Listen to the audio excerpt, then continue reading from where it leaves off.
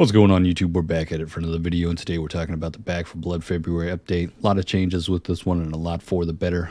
I'd like to see them at least do one of these updates every month, especially before we even get that DLC. This is the kind of thing that's going to keep people playing the game, keep changing it up, giving us a bit more versatility when it comes to the options in the game, and a bit more content that'll tide us over until that first DLC launches, hopefully sooner than later. But at the same time, let's get straight into the patch notes. Now, obviously, I'm not going to go through every little bit of the patch notes, but if you'd like to read through the entire thing yourself, I'll have a link down in the description below for you to be able to check this out for yourself and read through it, or read through everything if you'd like to. Now, the first thing that we're going to talk about is stay together.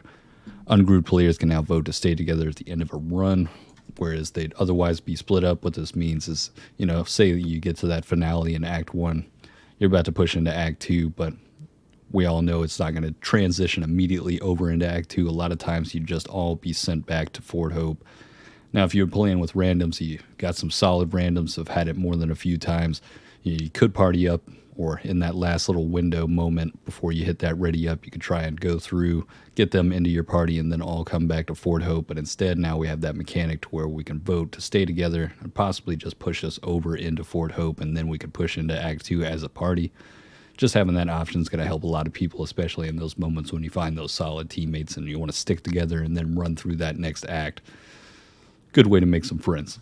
Whereas before, you'd have to look through the recent players. Possibly they didn't know, everybody readied up and automatically went out. Maybe you couldn't remember their name. Can be very frustrating in that moment, and you could lose those solid players going forward. Now, the next thing to talk about is going to be Walker's ability reworked. Thank God they did this, because Walker's ability for 20% accuracy on precision kills was basically one of the weakest abilities out of all the cleaners. Really didn't help the team, really didn't help Walker, and pretty much any deck that you'd build trying to go around this 20% accuracy would just be unviable. It just wouldn't work out. It'd just be something to work for that just did not benefit you in any great way. But now he has added the incoming, which functions like Marked for Death. I believe this is going to pretty much lower a marked target's damage dealt by 10%. I haven't jumped into the game just yet to see the actual percentage, but I'd imagine that's what it's going to be like. And marking a breaker or tall boys or even just a spitter, taking that 10% damage off for the entire team could be a huge help, especially if you see one of those moments, tall boys just about to swing down on one of your teammates. You'd be able to mark that as Walker, save them that 10% damage dealt, give the healer a little bit more breathing room, or give that player the ability to possibly get away in time, or have not taken enough damage to get downed in that moment and then get away and be able to lay down that DPS and take down the target. Just going to be helpful overall, and especially with breakers. I think that 10% damage dealt taken down could be a huge factor when it comes to possibly having somebody go down from that breaker, just slamming down on some people. That thing almost has the same aimbot mechanic, just like those spitters. Now, the next thing to talk about is going to be the increased limit of decks allowed. It's going to be 16 instead of 8. Thank God they did this. Is going to help me out, and it's going to help a lot of other people out. Big thing that this is going to change out is previously with only 8 decks, you'd pretty much have like one deck for each one of the cleaners. And the way that you could work decks around each one of these cleaners, there's so many versatile options. And now having the ability to have 16, especially when going in with randoms, you're going to have more options to play with and work around whatever their decks are. You run in, or you queue in, you get in with those players, you start talking, what decks are you running? You're going to have more options available to you. And even better than that is those moments when you just have so many decks that you'd like to play with. You don't want to have to delete them. I know I've constantly had to delete deck after deck, and sometimes it's almost like my entire deck list is just experimental things. I don't have any backups for those moments when I need to help carry somebody, so I have to immediately delete one and then build one again, or have to look previously at one of my videos and remember the order of things that I had within it. Can be very frustrating, so this is going to help out with that moment. Honestly, I'd like to see more than 16. I'd like to have infinite, but, sometimes we don't always get what we want. But adding another 8 into the supply is going to be perfect for everyone. Now, another thing to note is going to be players now earn supply points after failing a mission. Not something I really thought about, wasn't too bummed about, but at least in some of those moments when we got those recruit bots that just go straight into nightmare, they just don't know what they're doing. They completely fail that mission. You may have worked really hard, possibly even gotten pretty close to that next safe room, and then just somehow fell short. Stingers, hordes, somebody's hitting alarms. Things can go wrong fairly quickly, especially on the nightmare difficulty. At least for whatever effort you put into that, you'll get a little something out of it. Now, right after that, we've got the fixed campaign objectives items being dropped on use. This was extremely frustrating in those moments when you're in the library or the church and Hell's Bells, where you drop that piece of board to board up that window. And sometimes it would be one of those moments, especially in Hell's Bells, where you had the horde right there at that window. Just one board could stop them from getting in. Might be a special infected right behind them, and then all of a sudden you just try to apply that board and then it just drops to the ground. Next thing you're getting flooded with all those infected. You may be on low health. Could be one of those moments that ruins it. Thank God they fixed this one. It's going to be a lot less irritating now on some of those missions and just overall a smoother experience. Now, right after that, we've got shotgun ammo pickups pickups from crates are now going to be increased to 60 ammo from 25. Going to be a huge benefit for those people that are using Super 90 or an AA-12. I'll argue all day you need to be using the AA-12, but some people will be using that Super 90, and those guns will eat through shotgun ammo like no tomorrow. I mean, you're going to be depleting yourself all the time if you're that shotgun build going for the high fire rate shotgun. And just having that amplified ammo, you're more than likely still going to deplete that ammo pretty quickly, but just having that additional ammo is going to be a big help for the team and yourself. And right after that, rifle ammo has been increased by 20, so you technically have at least another magazine to work with out of those pickup crates, especially if you're using something like the ranch rifle, which I believe did get buffed, but we'll get down to that later on here. Now, another thing that was a bit confusing for me is players are now able to hit the breaker's weak spots with melee weapons. I thought you could do this before. I've seen some melee DPS players, decks out there that it just completely deletes some of those breakers, almost on par with a grenade build. Maybe to be even stronger now. Maybe it's going to be even better than the grenade builds. Who knows?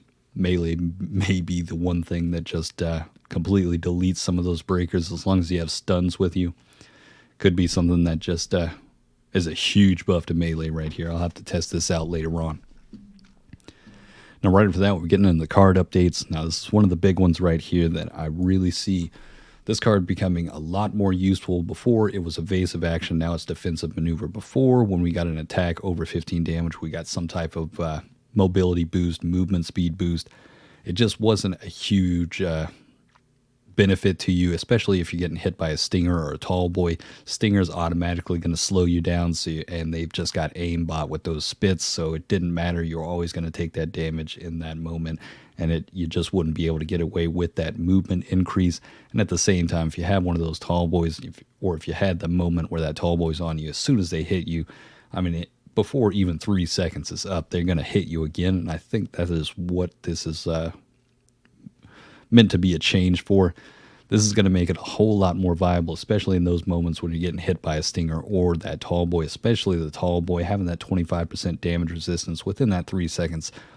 A lot of times, if you're right up on that and you don't have any mobility on you, you're not going to be able to get away from that second swing, and it's coming down pretty quickly. Now, having that 25% damage resistance for that 3 seconds after, going to be a huge help, especially against one of those moments where you possibly got a horde on you. You get one of those meatballs hit from the ogre, you're distracted by the horde around you. That 25% damage resistance is going to be extremely noticeable and could mean the difference between you getting out of that pack of horde and taking that hit from that meatball, or possibly getting hit by that meatball and then slammed into a horde. There's a lot of different applications for this card now, and I can see this especially even for a melee DPS tank. Melee DPS tank. That's what I was going for. Having that additional 25% on top of all of the other damage resistance you can get for a melee person and trying to build that into a DPS class, this could be the thing that really pushes it and excels it, possibly just really buffing melee in general. But at the same time, you could use this with a DPS or a healer type of deck and just have that amplified damage for those moments when a tall boy or any one of those special infected gets the better of you, and you'll just have that amplified damage resistance to be able to work around that situation and possibly not go down and be a hindrance to your team. Now, right after that, we've got On Your Marks. Now, previously, this was the one that gave us 15% speed boost 30 seconds after the safe room. Really wasn't a huge benefit to anybody. This card was almost in line with being one of the weakest cards in the game, besides just the simple card of 5% move speed, which I still feel needs to be combined with Marathon Runner like it is inside of Swarm. But one thing at the beginning of this is that it instantly gives us 15% of our max ammo and 10% movement speed while firing. That's interesting to me. I'm not exactly sure how that's going to work. It almost seems to me every time we fire the weapon, we're getting 15% ammo. I don't think that's how it works. Maybe it's only the first time that you fire in that mission, you'll get that 15% ammo, and then the rest of the time you'll just get 10% move speed while firing.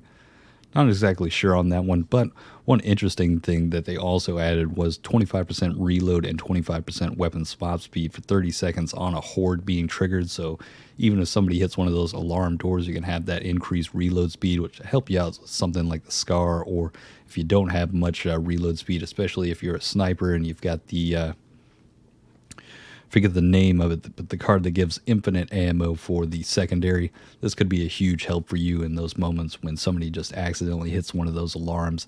Hordes coming in, you need to utilize that secondary. You're going to have that amplified reload speed and that weapon swap speed for some of those moments when you need to quickly swap over to that sniper rifle, take out one of those special infected, and then switch back to take on whatever horde's in front of you. 30 seconds may not seem like a long time, but in those 30 seconds, it's going to be extremely helpful for you. On top of that, giving us that 10% movement speed while firing, this is going to be one of those cards that I can see worked into a few sniper decks that could be extremely beneficial. Or possibly even one of the shotgun decks just for that movement speed and a little bit more of the max ammo. And having that reload speed along with the weapon swap speed could be something that could work really well with power swap. Could be an interesting combo. Got a lot to work with here in the coming future. Now, Amped Up no longer gives temporary health when leaving the safe room. Now it gives us 25 temporary health anytime a horde is triggered. That's huge. I like this card, and if you've got somebody, or if you're running Numb with this, that could be a huge power play. Every time one of those hordes gets triggered, you're going to have that automatic 25 temporary health. You're going to have that 15% damage resistance. On top of that, there could also be one of those things that helps out with that melee DPS type of tank build. You're just automatically getting that 25 temporary health, or at the same time, I wish this was something that possibly could work for a team effect, but at the same time, just getting 25 temporary health anytime a horde is triggered, especially on a mission where you're constantly on a timer, could be extremely beneficial for you. Shooting Gloves refactored, 25% swap speed, and added 15% recoil control and 15% accuracy. Now, the accuracy isn't a huge thing for me, but that 15% recoil control for somebody that's using like a ranch rifle or M1A early on with a sniper rifle, possibly even a Scar. I believe later on down in these patch notes, they did increase the recoil pattern of AKs and Scars and some of those other weapons. So this could be something that helps mitigate some of those issues. And at the same time, with that recoil control, if you've noticed with some of these weapons, especially the ranch rifle or that M1A, they jump quite a bit. They've got a lot of recoil to them. But once you're able to get that recoil control, either with that muzzle attachment or some of these cards now, they're going to be some deadly forces, and they're going to be taking out some of these special infected, making those weapons a bit more viable now. You can make some decks based around some of those weapons now when it comes to DPS builds. Now, front sight focused, I believe this was the accuracy card that just gave us 20% accuracy, now adds weak spot damage and aim speed. Some of these cards are just getting buffed unbelievably. I mean, I'd like to see more than what we have here, but at the same time, just having 20% accuracy on top of 15% aim speed with that 10% weak spot damage, this could be one of those cards that's extremely helpful for a sniper build early on, just adding a little bit more aim speed and the weak spot damage on top of giving you that accuracy. If you're playing as Jim and you have that M1A at the very beginning, could be extremely beneficial for you paired with that Shooting Gloves. But at the same time, going to give you amplified bonus later on so that you're getting that 20% accuracy for your secondary weapon in some of those moments when you're not able to ADS, so you don't want to get slowed down by that ADS, need to kind of backpedal. could work out really well also with the on your marks. Now, Mom's Revive now fully heals target. Now, I don't know whether or not 100% this does actually heal through trauma, but this does give Mom more in line, a better ability when it comes to a revive. I don't know whether or not this, possibly each time she revives, maybe it's bugged. We'll have to test this out, but for her one instant revive, it fully heals the target. I'm thinking this possibly just only heals them up until the point that their trauma damage is at. But if it's one of those moments that it fully heals them all the way up, that's going to be a huge bonus to everyone. I'll have to check this one out going forward. I'll be testing some of these things out in the coming days. But right after that, Hoffman's ability gets changed up a bit, where it now includes a 1% chance to find an offensive item on any kill, and team ammo is increased to 15% from 10%. Now, not the hugest change up, but it does give him a bit more versatility, gives him a bit better of a team ability. Not only are we getting a bit more of that ammo in our surplus from somebody playing as him, but not only from each one of his kills, it'll have 1% chance to find an offensive item, but we'll also get the ammo from him as well. But just having that 1% chance, I feel like they need to bump this up. I kind of want this to be a 3% chance, kind of on par with some of the Mugger or Highwayman. I'd like to see that come up a little bit, but just having the ability for him to be able to kill things and have that chance for an offensive item, especially for Hoffman builds, if you're going for that type of grenade or accessory damage type of build, or pyro even, this could be a benefit to you. Now, admin reload no longer has a trade-off. It's not the hugest change, but at the same time, admin reload did have that weapon swap slow, so you may find a lot of people either working with that power swap build a lot more with the admin reload, or dual primaries, just working with that power swap, just having that amplified and not having that slow down between weapon swap speed. Could be a huge benefit going forward. Could see some different builds come into that.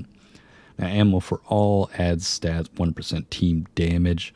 I believe that's the one that gives every person on the team a certain percentage of increased ammo. Honestly, doesn't really change this card up in a huge way. I probably wouldn't add it into any one of my decks, considering that you can buy this pretty much from any one of the ammo team upgrades in one of the buy stations. I'd rather spend $1,500 than waste the card on giving everyone a little bit increased ammo and then just 1% damage. Now, if this said 5% damage or 3% damage, that'd probably change it up a bit for me. But for right now, it's not something I'm really looking at as being a benefit for any one of the decks I may create in the future. Now, right after this, we've got Ammo Pouch. I believe this is the one that gave us 25% increased ammo capacity, or did it not? Or was it 50%? I'm getting confused. I don't remember what this card had, but having 2.5% bullet damage and 25% ammo capacity on top of this can be a huge help to you. This could be something you could rework into also something like with that admin reload with power swap. Great for a DPS build, just to have a little bit more ammo and a little bit more of that bullet damage. I can't remember what Ammo Pouch does additionally now that they're just adding these two. I wish I had a reference. Goodness. Oh, well. We'll look into it a little bit later on, but Ammo Belt right after that added 15% reload speed and added 50% ammo capacity and no longer has a trade-off. This is something that is going to help out with a lot of people that are running for those shotgun builds. Not only is it going to give us that reload speed, but more of that ammo capacity and at no trade-off at all. Going to be huge for some of those DPS builds as well when it comes to AR or SMG at the same time.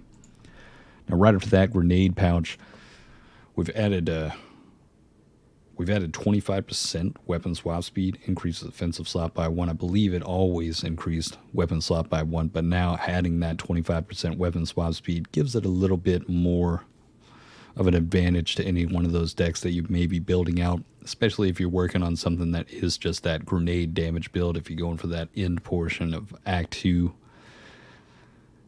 adding the weapon swap speed is just an added bonus. It's not really going to make it all that more powerful, but at the same time, if you're looking for something that maybe for like something like actually Sniper rifle build, this would be really great for, especially since you're always swapping over to your secondary.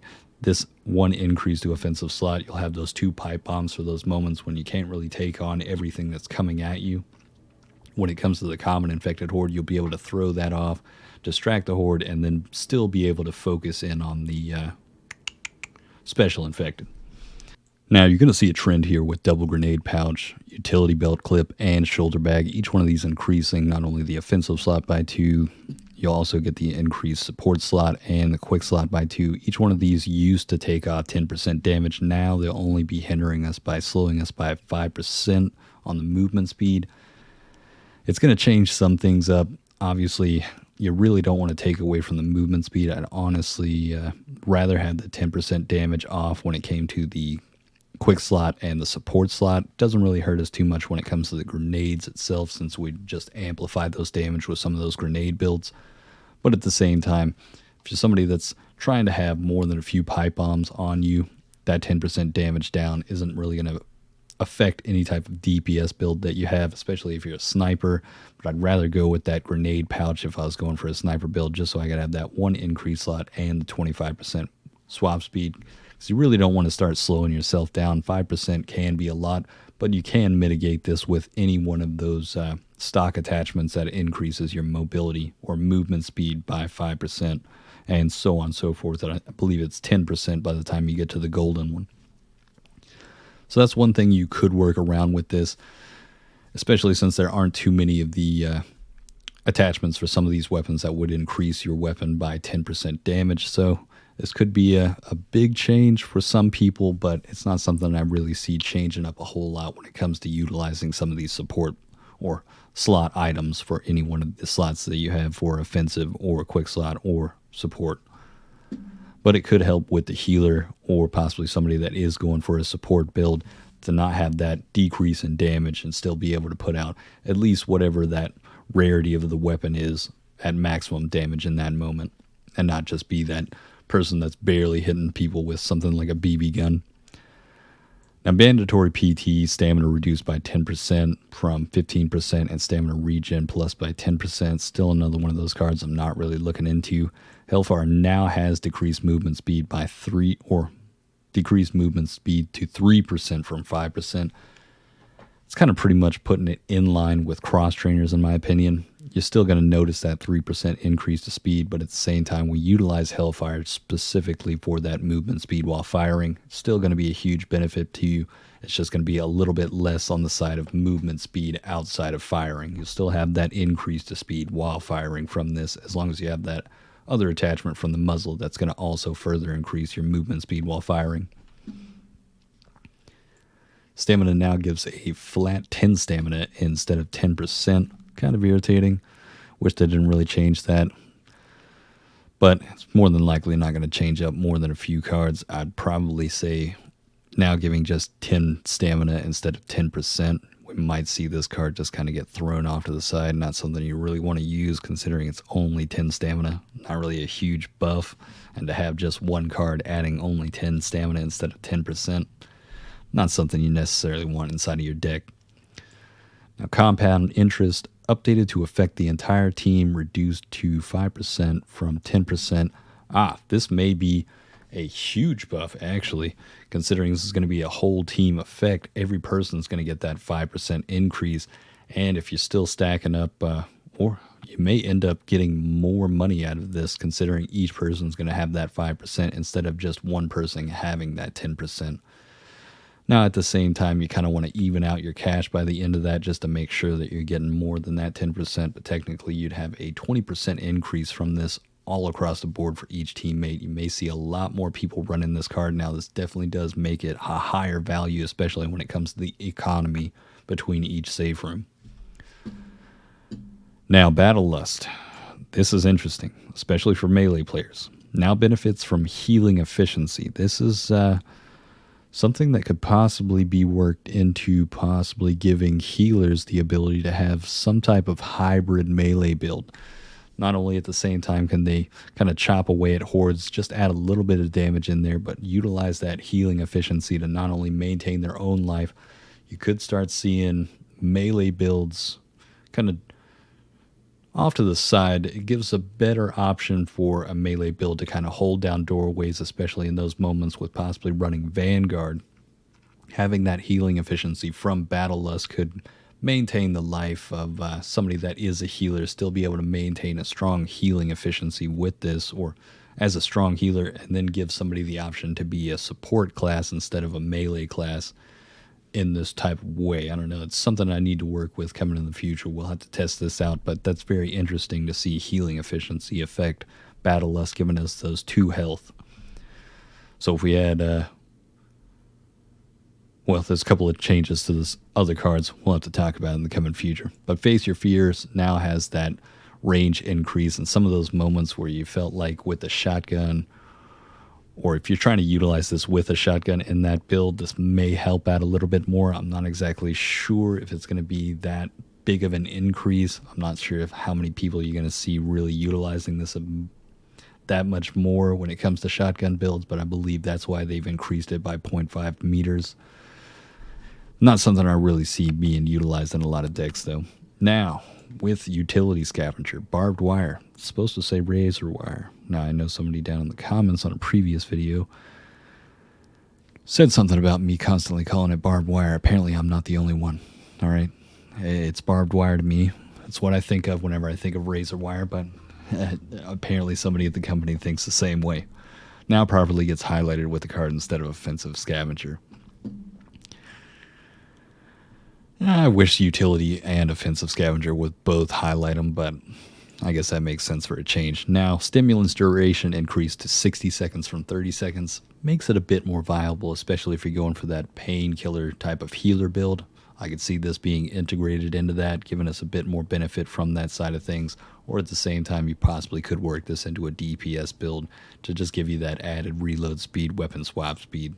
And I can't remember what the third attribute was, but having that for a full 60 seconds like the Chemical Courage makes this card a bit more viable going forward. Optic Enthusiast, if you're going for that hipfire accuracy type of build, no longer reduces our stamina efficiency. Going to make the hipfire builds a lot more viable and a lot faster when it comes to utilizing your stamina. Now, Trigger Control, added accuracy on precision kills. I mean, it helps out. It's interesting, but still not something I really see going forward. Now, this is an interesting one right here. Wooden Armor. Trauma resistance decreased from 30% from 40%, but no longer increases acid damage by 100%. So technically, now the only thing that's going to be increased is going to be the fire damage. Does it make it a bit more viable? Maybe. I mean, it's something to test out now. 30% increase to trauma resistance. I'll definitely test it out in a meme build that just goes for straight up trauma resistance. But at the same time, you do run into those charred enemies. Fire is something that can happen quite often. Somebody starts throwing Molotovs, somebody hits one of those jerry cans. These moments can happen anywhere, and just with that corruption card of charred enemies having that 100% increased damage anytime they just get even close to you, no matter how much trauma resistance you have, that's still going to be detrimental to you. So I don't know whether or not this card is still going to be, whether or not this could even be viable, but it may be something funny to play around with going forward. Now, Body Armor, trauma resistance decreased to 20% from 25%, but no longer has a trade-off. I think this is a good trade-off. I'd still utilize Body Armor if you're looking for a bit of that trauma resistance, but now not having that decrease to your ammo supply makes it a bit more viable, especially for DPS builds, or even better for a shotgun type of build, since you're going to be a little bit closer to the action when it comes to a shotgun build. Now, the healing cards had some big changes to it.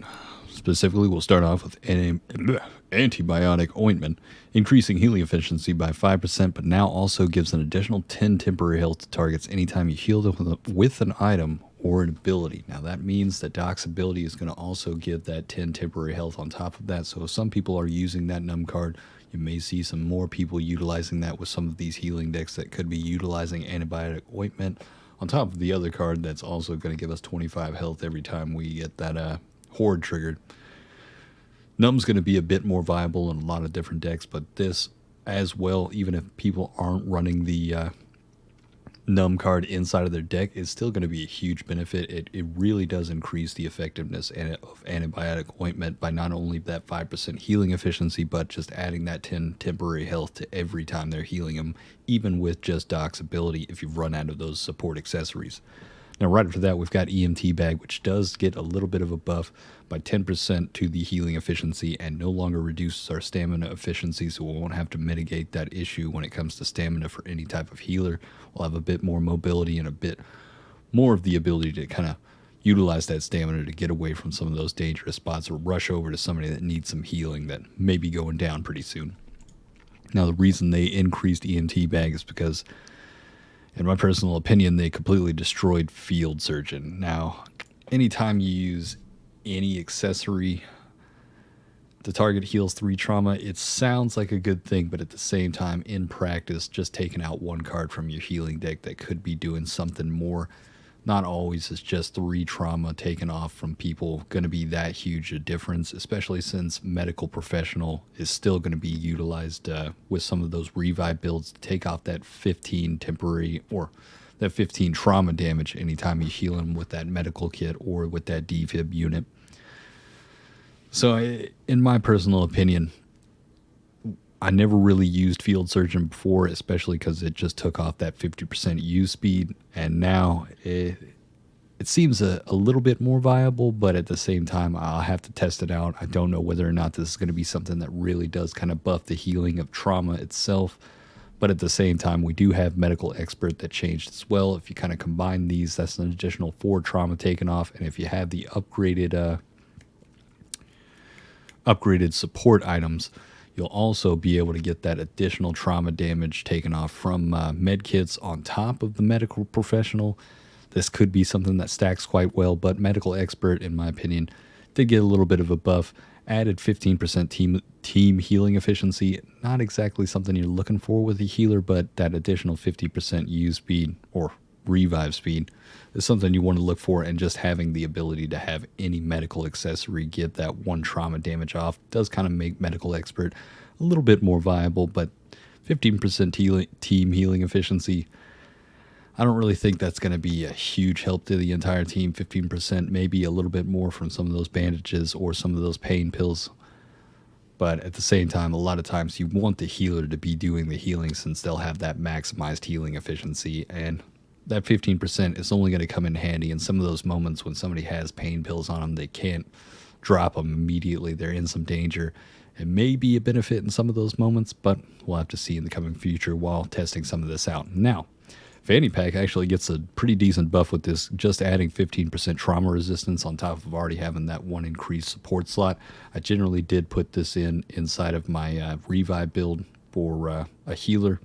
So just having that additional 15% on trauma resistance, especially since you'd have to be utilizing your own med kits in order to take off that 15 trauma, or any time that you needed to be revived, they didn't have the ability to completely pull you up with that increased amount of health and taking off that trauma. So this could help out a lot with any type of healer build. Now, right after that, Fresh Bandage. Fresh Bandage is quite interesting right now. Now, I did go into the game and check this card out. So every time that you go into the next safe room while you have this card equipped, you're not only going to take off, I can't remember how much trauma damage, but it's going to completely fully heal you. So in one of those runs where things got pretty hectic, you had to race onto that safe room and everybody took quite a bit of damage. If everybody has Fresh Bandage, they're going to be completely healed. So you're going to be able to save those support accessories that you've either been holding on to or possibly your healer has, and save that for the next mission and just have that fully recouped health in that moment. That way, if you do get into that next room and there's possibly one of those medical stations, using that compound interest now with increase to economy, you may be able to just take off that trauma damage utilizing just that and be able to maintain the team pretty strongly, especially with this card. I thought Fresh Bandage was pretty solid the last time they updated it, but this really does make it something that's viable for any type of build that you're going for with any decks that you're going to be building forward. Fresh Bandage, just having that full health the next time you run into that safe room, that's a huge benefit, especially in Nightmare difficulty in any of those runs that may have gotten a little bit pear-shaped before you got to that safe room. Now, right after that, we've got Toxic Spill now, just only gives us 3 health per kill on temporary health. I mean, every time I saw Toxic Spill as a corruption card, I was pretty much like, man, this is a freebie. Every time I throw a pipe bomb, I'm just getting pretty much max health every time I'm just killing things, or just as a melee build. Doesn't even matter. And even though they've decreased it from 5 to 3, trust me, you're going to have still more than enough health every time you see that corruption card. That is pretty much like the number one corruption card to find in any, or number one corruption card to pop up on any type of mission that you're running through. But right after that, we've got a few changes to weapons. Obviously, AA-12 gets a little bit of a damage increase.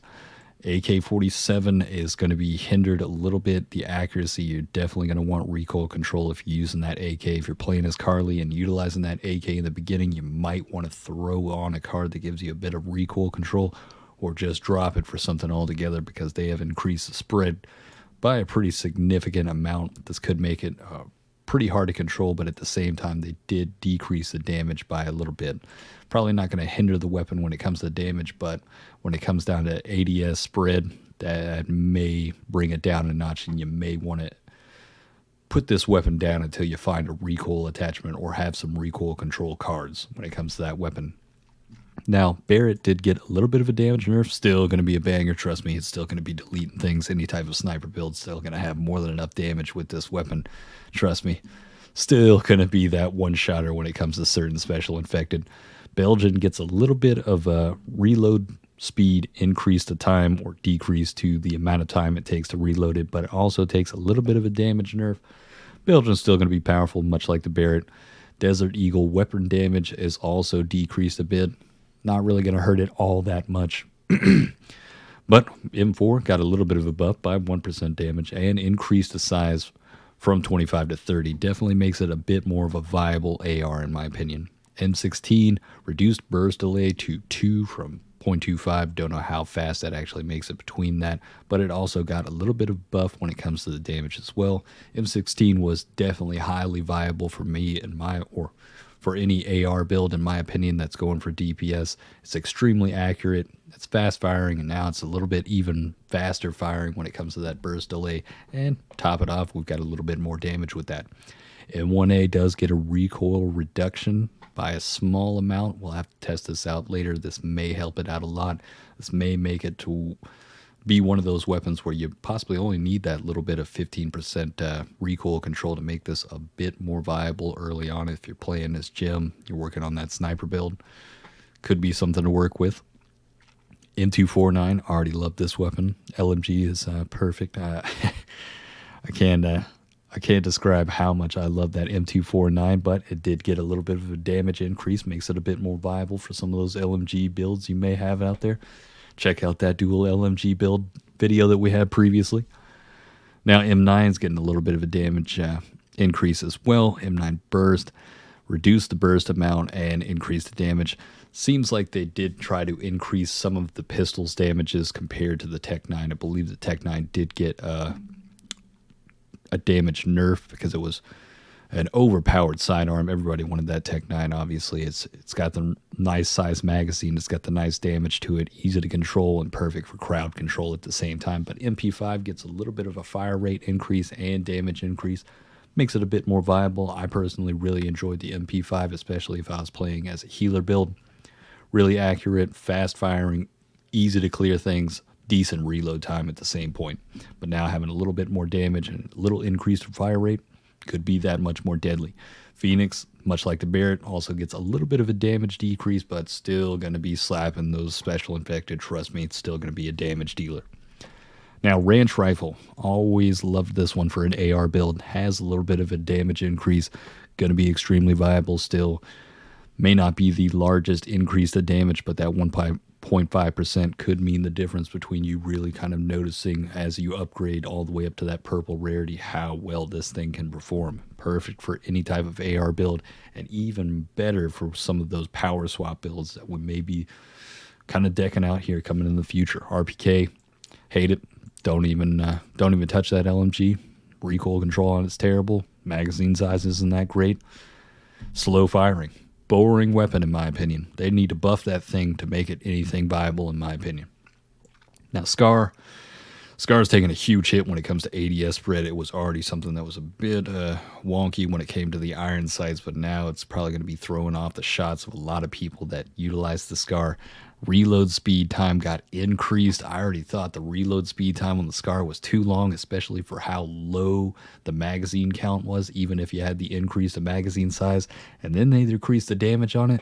Tell you right now, when it comes to an AR player for DPS, I might just throw the Scar off to the side. It's not something that really seems that beneficial for me, but at the same time, some people may still, I mean, the damage will probably still be good on the output, but when you increase the reload speed time and you add that ADS spread into it, and you don't have that recoil reduction card or recoil reduction or muzzle, I see it being one of those that just gets kind of nerfed into the ground, not something really viable, and it pretty much forces you to need to have reload speed in order to make it something worthwhile, in my opinion.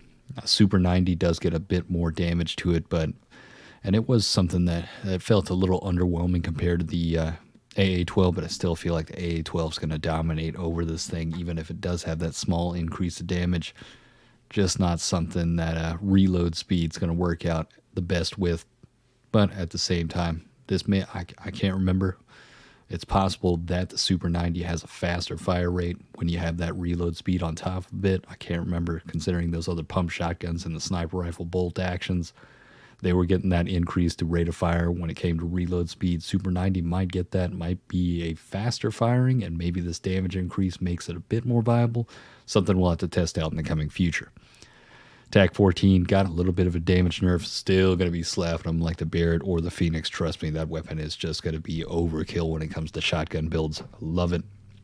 Something I always like to use even with a melee build, even without the shotgun damage cards. If you're on the melee build, still going to have that perfect amount of stumble damage for you. Now, Tech 9, as you'll see, they felt like they overtuned it almost to be like a primary weapon. I wish we could make a secondary build, a pistol type of DPS build. That would be nice, but when it comes to the Tech 9, it was pretty close to that, but still didn't quite hit the same mark as primary weapons. But reload speed's going to be increased, the hipfire spread's going to be increased, the recoil is going to be increased, the weapon damage did get an increase to it, but with all these other factors, Tech 9 still probably going to be a viable weapon. You're just going to need a little bit of reload speed. You're going to need a little bit more when it comes to recoil control, and those factors may still make it something that's going to be absolutely viable, but at the same time, it's going to make it a little bit harder to control at the very beginning of the runs that you'll be having. Now, the UMP got a little bit of a decrease to the damage. I don't feel like they needed to do this. It's still a bit slow firing, but more than likely the damage is still going to be strong with the UMP if you're going for that SMG type of DPS build. Uzi gets a little bit of a damage buff, makes it a little bit more viable. I like the Uzi. It's got strong mobility. It's one of those starting weapons, especially if you're an Evangelo player, but that's quite nice. And I believe that is all we're going to cover for today. We have got a lot of builds to make in the future. I will be doing that sometime this weekend. I've got Lost Ark and Dying Light 2 to kind of cover over a few different videos. And again, if you'd like to see these full patch notes, I'll have it linked down in the description. And if you'd like to check out some of that content live where I'm kind of testing out some of these decks, especially healer decks, we're going to kind of work around with those. And there's more than a few DPS builds to make out of some of these new updates to the cards and cleaner. We've got to check out that Walker build. Walker could be a bit more viable now, could be a bit stronger. Who knows? It may be that 10% damage taken off when it comes to his marked for or incoming ability. Could be a pretty strong power play when it comes to a DPS player and just helping out the team in general. But that being said, if you'd like to check out some of that content live, I'll have my Twitch link down in the description. We'll be doing some of that this weekend, possibly playing with some other players as well, helping some people get through Nightmare and just testing out some of these builds overall. And hopefully we see that DLC coming out soon. Love to see that Tunnel of Terror at least by next month, hopefully sooner than later. We haven't got much information on that. I wish we would have seen something out of these patch notes that kind of give us some type of knowledge on how far we have to wait or how long we have to wait until that comes around. But that being said, hopefully you guys enjoyed this. Hopefully you learned something from it. We'll have more than a few decks coming in the future, and hope you guys have a good one.